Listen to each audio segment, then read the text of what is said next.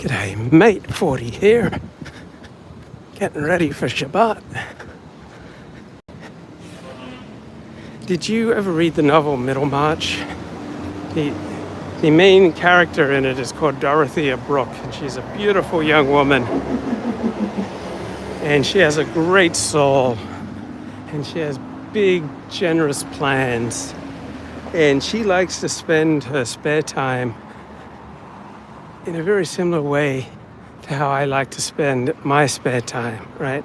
Designing cottages for the tenants, right? She wants to put the tenants in much flashier, much more upstanding, much more respectable cottages. And is there anything that's so satisfying for the soul and for the spirit, for the neshama, than designing cottages for one's down on their luck tenants? And a man who's trying to romance her, he pretends to have great interest in her cottages. In fact, he even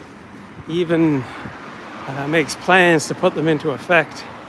And then she's sorely disappointed that he was just doing it to attract her romantic favors.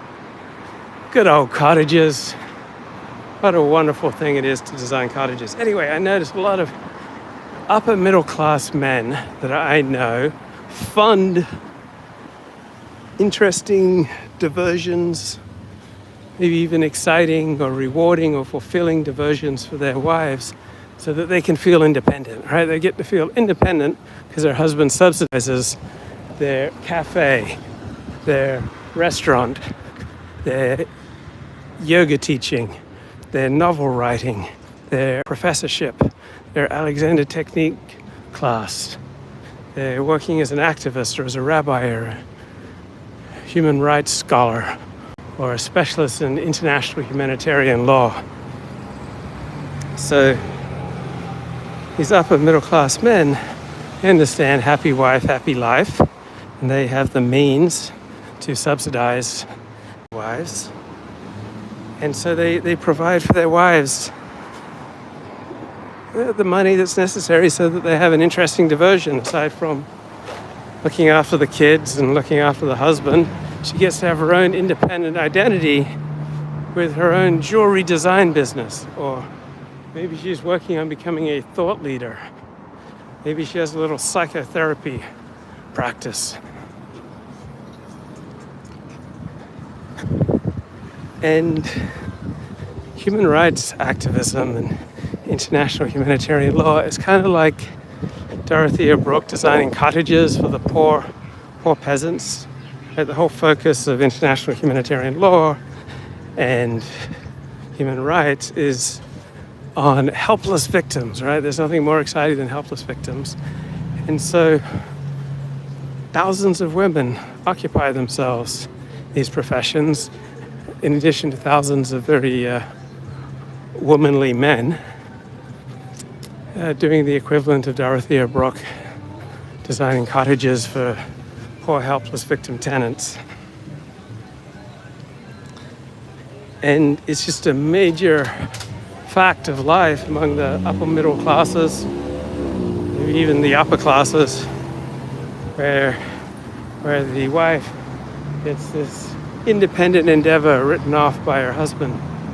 And so she is engaged in this business, right? Not for making money, but for making meaning, right? It's not for its bottom line value, but it's for the feels that it provides for her. It's the emotions that it evokes. It's the sense of purpose.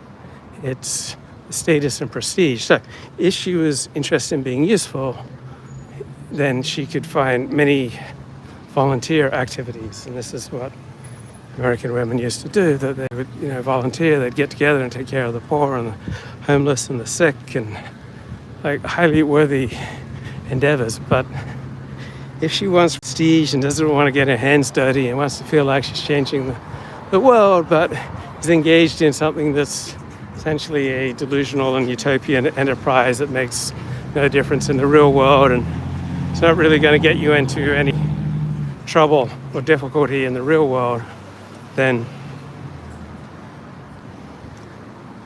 human rights is the thing. All right, it's the equivalent of it's a higher IQ version of having your own jewelry design business. Right? You notice how many middle class, upper class women have their own jewelry design business, or have their own businesses that make absolutely no sense from a business perspective, from a bottom line perspective, from making a concrete difference in this world perspective.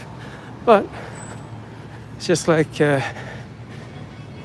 international humanitarian law or human rights. It's something you do for the feels. And men do the same thing, all right? This is absolutely nothing about which sex is superior, right? So Dorothea Brooke appropriately marries this old, feeble clergyman who has devoted his life to the key to all mythologies, which makes absolutely no scholarly contribution. It's a completely unnecessary, unwanted, unneeded, useless book to which he has devoted his entire life.